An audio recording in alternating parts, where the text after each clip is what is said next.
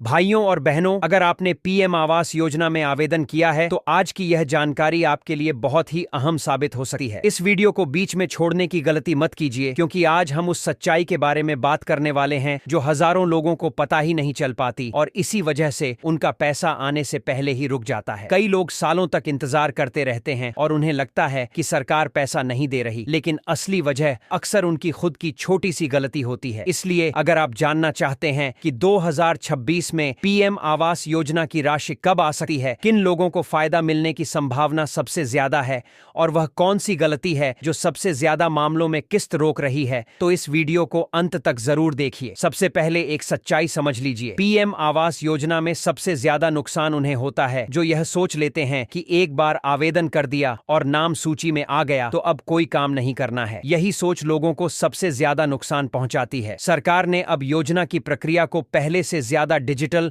और सख्त बना दिया है। पहले जहां कई छोटी गलतियां नजरअंदाज हो जाती थीं, अब वही छोटी गलतियां भुगतान रुकने की सबसे बड़ी वजह बन रही हैं। सबसे बड़ी बात यह है कि सिस्टम आपको अलग से चेतावनी भी नहीं देगा। अगर आपकी जानकारी में कोई गड़बड़ी होगी तो पैसा अपने आप रुक जाएगा। अब बात करते हैं 2026 को लेकर सबसे बड़ी अपडेट की। सरकारी संकेतों के अनुसार आने वाले समय में पीएम आवास योजना की राशि लाभार्थियों के खातों में भेजने की प्रक्रिया तेज हो सकती है। यह पैसा सीधे बैंक खाते में ट्रांसफर किया जाएगा। इसमें किसी एजेंट, बिचौलिए या किसी तीसरे व्यक्ति की जरूरत नहीं होगी। सुनने में यह बहुत आसान और अच्छा लगता है, लेकिन यहीं पर सबसे ज्यादा लोगों की किस्त अटक जाती है, क्योंकि पैसा सिर्फ उसी खाते में जाएगा जो सरकारी रिकॉर्ड से पूरी तरह मैच करता हो। अब ध्यान से समझिए कि आखिर वह कौन सी गलतियां हैं जो सबसे ज्यादा मामलों में भुगतान रोक रही हैं। सबसे पहली और सबसे आम गलती होती है आधार और बैंक खाते का सही तरीके से लिंक न होना। बहुत से लोग यह समझते हैं कि बैंक खाता होना ही काफी है, लेकिन अगर आपका खाता आधार से लिंक नहीं है या बैंक में अपडेट नहीं हुआ है तो पैसा सीधे वहीं रुक सकता है। कई मामलों में लोगों को यह पता ही नहीं चलता कि उनका खाता आधार से जुड़ा नहीं है। दूसरी बड़ी गलती होती है निष्क्रिय बैंक खाता। अगर आपका खाता लंबे समय से इस्तेमाल नहीं हो रहा, उसमें लेन देन नहीं हो रहा या केवाईसी अधूरी है, तो सिस्टम पैसा भेजने की कोशिश करेगा लेकिन ट्रांजैक्शन फेल हो जाएगा। इसके बाद भुगतान अटक सकता है और कई बार लोगों को महीनों तक पता ही नहीं चलता कि समस्या कहां है। तीसरी गलती छोटी लगती है लेकिन सबसे खतरनाक होती है नाम, जन्म तिथि या अन्य विवरण में मामूली फर्क। कई लोगों के आधार कार्ड में नाम अलग तरीके से लिखा होता है, बैंक में अलग और आवेदन में अलग। यह फर्क इंसान को छोटा लगता है, लेकिन सिस्टम इसे बड़ी गलती मानता है। इसी वजह से कई योग्य लाभार्थियों का पैसा रुक जाता है। अब यहाँ एक बहुत जरूरी सवाल उठता है, अगर आपका नाम सूची में है लेकिन पैसा नहीं आया तो क्या करें? सबसे पहले यह समझ लीजिए कि सिर्फ इंतजार करने से कुछ नहीं होगा। आपको खुद अपनी स्थिति जांचनी होगी। नई सूची धीरे धीरे अपडेट हो रही है। जिन लोगों ने पात्रता की सभी शर्तें पूरी की हैं, उनके नाम सूची में जोड़े जा रहे हैं, लेकिन यह प्रक्रिया पूरे देश में एक साथ नहीं चल रही। कुछ राज्यों में पहले सूची अपडेट हो रही है और कुछ राज्यों में भुगतान की प्रक्रिया शुरू हो रही है। अगर आपके क्षेत्र में अभी पैसा नहीं आया है तो इसका मतलब यह नहीं कि आपका नाम हट गया है, लेकिन इसका मतलब यह भी नहीं कि आप पूरी तरह निश्चिंत हो जाएं। सिस्टम सिर्फ जानकारी की सही स्थिति देखता है, इंतजार का समय नहीं। अब यहाँ एक और सच्चाई समझना जरूरी है। पीएम आवास योजना हर व्यक्ति के लिए नहीं है। अगर आपके परिवार के किसी सदस्य के नाम पहले से पक्का मकान दर्ज है, अगर परिवार का कोई सदस्य सरकारी नौकरी में है या परिवार की संपत्ति नियमों से मेल नहीं खाती, तो जांच के दौरान आपका नाम सूची से हटाया जा सकता है। कई लोग यह सोचकर परेशान होते हैं कि उन्होंने कोई गलती नहीं की, लेकिन जांच पूरे परिवार के आधार पर होती है। अब सवाल यह है कि आपको आज क्या करना चाहिए। सबसे पहला कदम है अपने बैंक खाते की पूरी जांच करना। बैंक जाकर यह सुनिश्चित करें कि आपका खाता सक्रिय है, केवाईसी पूरी है और आधार सही तरीके से लिंक है। दूसरा कदम है मोबाइल नंबर की जांच। जो नंबर आवेदन में दिया गया है वही नंबर चालू होना चाहिए, क्योंकि सत्यापन और भुगतान से जुड़ी जानकारी उसी पर आती है। तीसरा कदम है दस्तावेजों का मिलान। आधार, बैंक और आवेदन में नाम, जन्म तिथि और अन्य जानकारी बिल्कुल एक जैसी होनी चाहिए। अब यहाँ एक ऐसी गलती की बात करते हैं जो बहुत लोग करते हैं। कई लाभार्थी सोचते हैं कि अगर पहली किस्त नहीं आई तो अगली किस्त अपने आप आ जाएगी, लेकिन सच्चाई यह है कि अगर पहली किस्त में कोई गड़बड़ी मिली तो आगे की सभी किस्तें रुक सकती हैं। यानी एक छोटी लापरवाही पूरी सहायता को रोक सकती है। ग्रामीण क्षेत्रों में यह समस्या और ज्यादा देखने को मिलती है। जानकारी की कमी, नेटवर्क की दिक्कत और बैंक तक पहुंच न होना, इन कारणों से कई योग्य लोग भी पीछे रह जाते हैं। इसलिए यह जरूरी है कि सही जानकारी लोगों तक पहुंचे। अब अफवाहों की बात करते हैं। कई लोग कहते हैं कि योजना बंद हो गई है, कुछ लोग कहते हैं पैसा सिर्फ कुछ लोगों को मिलेगा, कुछ लोग कहते हैं तारीख निकल गई है। इन बातों पर भरोसा मत कीजिए। सच्चाई सिर्फ सरकारी रिकॉर्ड और आधिकारिक जानकारी में होती है। जैसे जैसे 2026 करीब आएगा, जांच और सख्त हो सकती है। जो लोग पहले से तैयार रहेंगे उनके लिए पैसा आने की संभावना ज्यादा होगी। जो लोग लापरवाही करेंगे उन्हें बाद में परेशानी हो सकती है। अब खुद से 3 सवाल जरूर पूछिए। क्या आपका बैंक खाता पूरी तरह अपडेट है? क्या आपके दस्तावेज आपस में पूरी तरह मेल खाते हैं? क्या आवेदन में दिया गया मोबाइल नंबर अभी भी चालू है? अगर इन तीनों सवालों का जवाब हाँ है तो आप सही दिशा में हैं। अगर किसी भी सवाल का जवाब नहीं है तो तुरंत सुधार कराइए। यह योजना उन लोगों के लिए बनाई गई है जिनके लिए पक्का घर बनाना एक सपना था। सरकार अपनी तरफ से मदद करने की कोशिश कर रही है, लेकिन आपकी सतर्कता भी उतनी ही जरूरी है। कई बार लोग सिर्फ जानकारी के अभाव में अपना फायदा खो देते हैं। अंत में एक जरूरी बात समझ लीजिए, योजना तैयार है, पैसा तय है और प्रक्रिया भी साफ है। अब यह पूरी तरह आप पर निर्भर करता है कि आप इस मौके का फायदा उठाते हैं या लापरवाही करके इसे खो देते हैं। अगर आप चाहते हैं कि पीएम आवास योजना से जुड़ी हर सही और अपडेटेड जानकारी आपको सबसे पहले मिले तो चैनल को सब्सक्राइब जरूर करें, वीडियो को लाइक करें और इस जानकारी को उन लोगों तक जरूर पहुंचाएं जिन्हें इस योजना का इंतजार है। कमेंट में जरूर बताइए कि आप किस जिले से यह वीडियो देख रहे हैं ताकि हमें पता चल सके कि यह जानकारी किन किन जगहों तक पहुंच रही है। अब यहाँ एक और बहुत जरूरी बात समझिए जिस पर लोग बिल्कुल ध्यान नहीं देते। कई बार ऐसा होता है कि आवेदन बिल्कुल सही होता है, बैंक खाता भी ठीक होता है, आधार भी लिंक होता है, फिर भी पैसा नहीं आता। ऐसे में लोग मान लेते हैं कि शायद उनका नाम कट गया है, लेकिन असल वजह कुछ और ही होती है। दरअसल पीएम आवास योजना में भुगतान एक ही दिन में सबको नहीं किया जाता। भुगतान चरणों में होता है। पहले उन लाभार्थियों को प्राथमिकता दी जाती है जिनके दस्तावेज पूरी तरह क्लियर होते हैं, जिनका खाता पहले से सक्रिय होता है और जिनकी प्रोफाइल में किसी तरह का कोई संदेह नहीं होता। उसके बाद बाकी मामलों को देखा जाता है। इसीलिए कई बार पड़ोस में किसी के खाते में पैसा आ जाता है और आपको लगता है कि आपका नाम कट गया है, जबकि सच्चाई यह होती है कि आपकी फाइल अभी प्रोसेस में होती है। लेकिन यहीं पर एक गलती और हो जाती है। कई लोग यह सोचकर चुप बैठ जाते हैं कि जब आएगा तब आएगा। यही सोच आगे चलकर परेशानी बन जाती है। सरकारी सिस्टम अब पूरी तरह ऑटोमेटेड होता जा रहा है। इसमें कोई अधिकारी यह नहीं देखता कि आप गरीब हैं या कितने साल से इंतजार कर रहे हैं। सिस्टम सिर्फ डेटा देखता है। अगर डेटा में जरा सी भी गड़बड़ी मिली तो फाइल वहीं अटक जाती है। और सबसे बड़ी बात, कई बार फाइल अटकी रहती है लेकिन रिजेक्ट नहीं होती, यानी नाम न तो हटा है और न ही पैसा आता है। लोग इसी स्थिति में महीनों फंसे रहते हैं। अब यहाँ यह समझना बहुत जरूरी है कि अगर आपकी फाइल अटकी हुई है तो उसे खुद से आगे बढ़ाना पड़ता है। इसके लिए पंचायत स्तर, नगर पालिका या संबंधित कार्यालय में संपर्क करना पड़ता है। बहुत से लोग यह सोचते हैं कि ऑनलाइन आवेदन किया था तो सब कुछ अपने आप हो जाएगा, लेकिन ऐसा नहीं है। जमीन पर सत्यापन और रिकॉर्ड मिलान अभी भी बहुत अहम भूमिका निभाता है। एक और बड़ी गलती जो सामने आ रही है वह है मकान से जुड़ी जानकारी। कई लाभार्थी आवेदन के समय यह ठीक से नहीं बताते कि उनके पास किस तरह की जमीन है या घर की स्थिति क्या है। बाद में जब भौतिक सत्यापन होता है तो वही जानकारी समस्या बन जाती है। ऐसे मामलों में भुगतान रोक दिया जाता है और दोबारा जांच शुरू होती है, जिसमें काफी समय लग जाता है। अब जरा उन लोगों की बात करते हैं जो यह सोचते हैं कि हम तो किराए के मकान में रहते हैं, हमें तो पैसा मिलना ही चाहिए। किराए में रहना